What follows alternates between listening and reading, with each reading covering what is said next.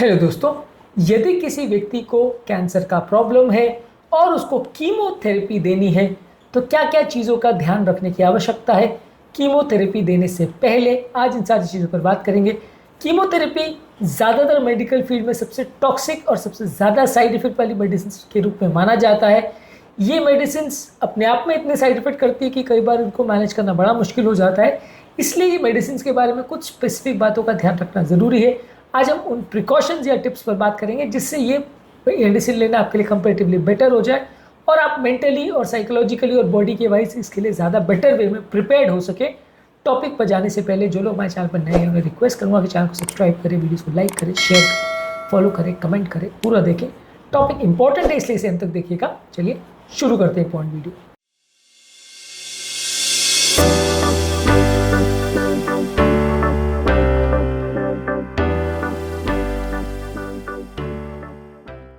सबसे पहले पेशेंट का एक डिटेल मेडिकल हिस्ट्री होने की आवश्यकता है जिसमें पेशेंट को पहले के कैंसर क्या क्या ट्रीटमेंट मिले, क्या क्या चीज़ों की एलर्जी हुई है और क्या क्या प्री एग्जिस्टिंग उसकी हेल्थ कंडीशन है।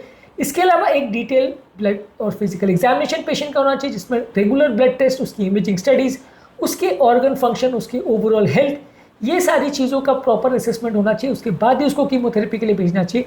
फॉर एग्जाम्पल हार्ट पेशेंट्स को हम जब मेडिसिन देते हैं या ब्रेन पेशेंट्स को मेडिसिन देते हैं या किसी भी और बीमारी में जब मेडिसिन देते हैं तो इतनी माता बच्ची करने की ज़रूरत नहीं पड़ती, इतने ज़्यादा टेस्ट की या तैयारियों की ज़रूरत नहीं पड़ती। लेकिन क्योंकि कीमोथेरेपी में सिग्निफिकेंट साइड इफेक्ट होता है, ये अपने आप में काफ़ी टॉक्सिक और स्ट्रॉन्ग मेडिसिन होती हैं, तो इस मेडिसिन को देने से पहले काफ़ी ज़्यादा प्रिकॉशंस और पूरा कंप्लीट फिजिकल और overall evaluation, complete medical history, ये सारी चीज़ें पता होनी चाहिए। उसके बाद ही दवाओं को इनिशिएट करें तो ज़्यादा अच्छा है। किसी भी लेवल पे कोई भी मिस्टेक होना साइड इफेक्ट के प्रॉब्लम्स को बढ़ा सकता है, पेशेंट की लाइफ को और मिजरेबल बना सकता है, पेशेंट का थेरेपी ना कंप्लीट करने के चांसेस को और बढ़ा सकता है।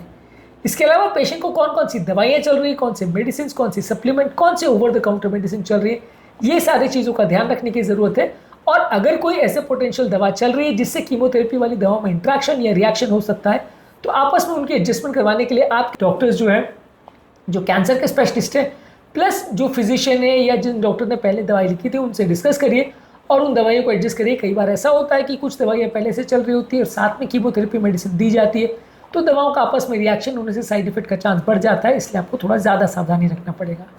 इसके अलावा आप अपने कैंसर स्पेशलिस्ट को पहले मिलिए, उनसे कंसल्टेशन प्रॉपर करिए कि कौन कौन सी दवाइयाँ इन्वॉल्व है, उनके क्या डोजिंग शेड्यूल्स रहेंगे, क्या ट्रीटमेंट शेड्यूल है, क्या पोटेंशियल साइड इफेक्ट्स है, किन साइड इफेक्ट्स के लिए आपको मेंटली प्रिपेयर्ड होने की आवश्यकता है। आप उनकी सपोर्ट टीम में उनके डाइटिशियन से, उनके हेल्थ केयर प्रोफेशनल, उनके सोशल वर्कर्स, ये सारे चीज़ों लोगों से अगर मिलोगे तो वो आपको बेटर वे में गाइड कर पाएंगे। आप मेंटली और साइकोलॉजिकली ज़्यादा बेटर वे में तैयार हो पाओगे अपनी थेरेपी के लिए।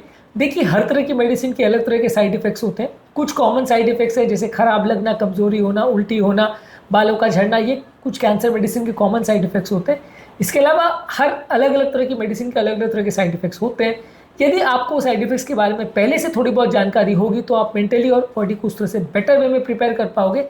हर एक साइड इफेक्ट के बारे में साइकोलॉजिकली भी प्रिपेयर हो पाओगे और उसको बेटर वे में काउंटर कर पाओगे। इसके अलावा कुछ लाइफस्टाइल मॉडिफिकेशंस की आवश्यकता है जहां fresh fruits, vegetables, whole grains और फैट फ्री प्रोटीन, ये सारी चीज़ों को आप रेगुलर बेस पे लीजिए। ये आपकी ओवरऑल इम्यूनिटी को बेटर करता है। ज़्यादा मात्रा में पानी पीजिए। डिहाइड्रेशन एक सिग्निफिकेंट रिस्क फैक्टर होता है जिससे कोई भी मेडिसिन के साइड इफेक्ट बढ़ते हैं, तो ये सारी चीज़ों को अवॉइड करिए। ज़्यादा ऑयली, स्पाइसी, जंक फूड ये सब मत खाइए। कई बार कैंसर पेशेंट्स का ऐसा मन करता है कि क्योंकि भाई उनको ऐसा लगता है कि बीमारी बहुत ख़राब स्टेज में है, वो अपनी इच्छाओं को पूरा करना चाहते हैं, इसलिए वो कई बार ऑयली, जंक, स्पाइसी फूड खाते हैं। लेकिन ये सब चीज़ें खाने से उनके मेडिसिन के साइड इफेक्ट्स बढ़ने का चांस हो जाता है, उनको वॉमिटिंग वगैरह होने का चांस या अलग अलग तरह की टॉक्सिसिटी होने का चांस बढ़ जाता है। तो इसलिए आपको बेटर होता है कि थोड़ा सादा ही खाना खाएं। कभी कभार मन के हिसाब से आप खाना खा सकते हो, लेकिन जब कीमोथेरेपी मिलने वाली हो तो उसके आसपास आप इस तरह के खाद्य पदार्थों को ना खाएं। इसके अलावा आप जो कॉमन साइड इफेक्ट्स है जैसे उल्टी होना, मुंह में छाले हो जाना, कमजोरी लगना, ये सारे चीज़ों के लिए कुछ प्रॉपर मेडिसिन पहले से ही लेके रखिए। खासकर जो एंटी वॉमिटिंग वाले मेडिसिन है ये सारे पहले से लेके रखिए। अदरक वाली चाय ले सकते हैं, सॉफ्ट खाना ले सकते हैं, मुंह में अलग अलग तरह के गार्गल्स कर सकते हैं क्योंकि मुंह में कई बार छाले हो जाते हैं, मुंह में सॉफ्ट खाना खा सकते हैं। ये सारी चीज़ों का विशेष ध्यान रख सकते हैं ताकि आपको ओवरऑल ये साइड इफेक्ट्स प्रॉब्लम कम करे और आपको इनसे दवाइयों लेने के बाद उतने ज़्यादा इश्यूज़ ना हो। इसके अलावा अलग अलग पेशेंट्स को थोड़ा इमोशनल और साइकोलॉजिकल सपोर्ट की भी ज़रूरत है। आप सपोर्ट ग्रुप्स बना सकते हैं जहाँ अलग अलग तरह के कैंसर पेशेंट्स आप इंटरेक्ट कर सकते हैं, एक दूसरे का एक्सपीरियंस पूछ सकते हैं कि उस पर्टिकुलर व्यक्ति को इस दवा से क्या प्रॉब्लम हुआ था, तो मुझे क्या तैयारी रखनी है, ये दवा को एक्सपीरियंस उस पर्टिकुलर व्यक्ति का क्या रहा था। एक पर्टिकुलर कैंसर का पेशेंट उसी पर्टिकुलर कैंसर के दूसरे पेशेंट से अगर डील करेगा तो काफ़ी कुछ उनको जानकारी मिलती है जो कि बीमारी से मैनेज करने में उनकी ज़्यादा मदद करती है। तो ये सारी चीज़ों के बारे में पहले से डिस्कशन हो जाए तो ज़्यादा अच्छा है।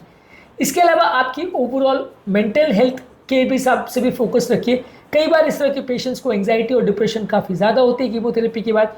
तो अगर इस तरह का प्रॉब्लम है और बहुत ज़्यादा है तो उसके लिए मेडिसिन स्टार्ट कर सकते हैं। यदि प्रॉब्लम नहीं है या कम प्रॉब्लम है तो उसको साइकोथेरेपी वगैरह से मैनेज कर सकते हैं। पर ये सारी चीज़ों का भी ध्यान देने की ज़रूरत है, क्योंकि ये सारी चीज़ें वैसे भी कैंसर पेशेंट्स में होती है और दवाइयाँ देने के बाद अक्सर जब साइड इफेक्ट्स होते हैं तो ये एंग्जाइटी डिप्रेशन अक्सर बढ़ जाता है। इसके अलावा एक चीज़ और फोकस करने की ज़रूरत है कि क्योंकि ये कीमोथेरेपी की कई बार हॉस्पिटल में दी जाती है, उसके बाद कई बार पेशेंट को बहुत ज़्यादा खराब लगता है, बहुत ज़्यादा माइल्जिया या लेथार्जी होता है। तो उसके लिए आपको पहले से प्लान करना पड़ेगा कि ट्रीटमेंट सेशन के बाद पेशेंट को बहुत कमजोरी या सुस्ती लगेगी तो उसका ट्रांसपोर्टेशन कैसे होगा, उसको घर कैसे ले जाया जाएगा। एक दो लोग उसके साथ में होने चाहिए जो उसको ड्राइव कर सके।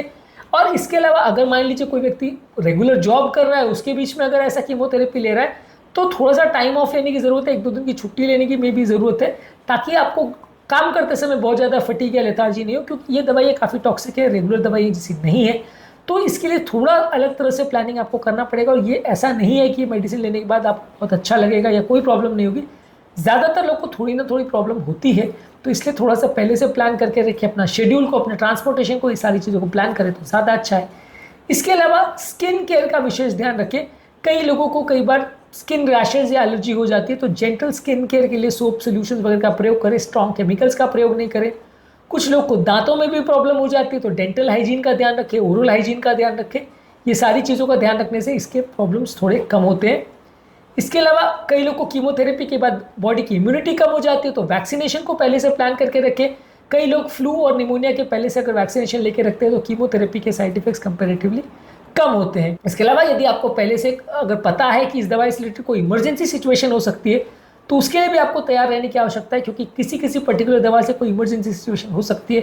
उसके इश्यूज़ क्या है, उसको कैसे रिकॉग्नाइज करना है और कैसे टाइम पर उसको ट्रीट करना है, कब डॉक्टर के पास जाना है, कब उसको घर पर मैनेज करना है, ये सारी चीज़ों के बारे में एक विस्तृत जानकारी यदि आपको हो तो काफ़ी मदद कर सकती है। क्योंकि आपको कई बार पता ही नहीं चलता कि बीमारी से या दवाई से साइड इफेक्ट चालू हो गया है, और आपको जब तक आप डॉक्टर के पास पहुंचते हो तब तक वो बहुत एडवांस स्टेज में पहुंच जाता है। खासकर जो इम्यून रिलेटेड इश्यूज़ हैं, इन्फेक्शन रिलेटेड इश्यूज़ हैं या सिग्निफिकेंट लिवर किडनी के प्रॉब्लम्स हैं, वो कई बार उनके सिम्टम्स को पहचानना और डॉक्टर के पास सही टाइम पर जाना ज़रूरी है, नहीं तो ये अक्सर विकराल रूप धारण कर लेती है जो कि पेशेंट को अक्सर परेशान करती है।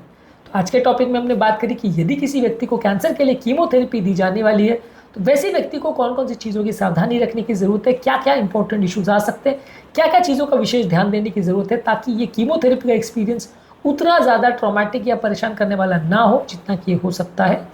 इसके अलावा कैंसर की कीमोथेरेपी संबंधित और सारे इश्यूज और उनके साइड इफेक्ट्स प्रोफाइल्स पर हमने अलग अलग वीडियोस बात करी है। वीडियोस को भी जरूर चेकआउट करें। टॉपिक एंड करने से पहले जो लोग हमारे चैनल पर नए हैं उन्हें रिक्वेस्ट करूँगा कि चैनल को सब्सक्राइब करें, वीडियोज़ को लाइक करें, शेयर करें, फॉलो करें, कमेंट करें, पूरा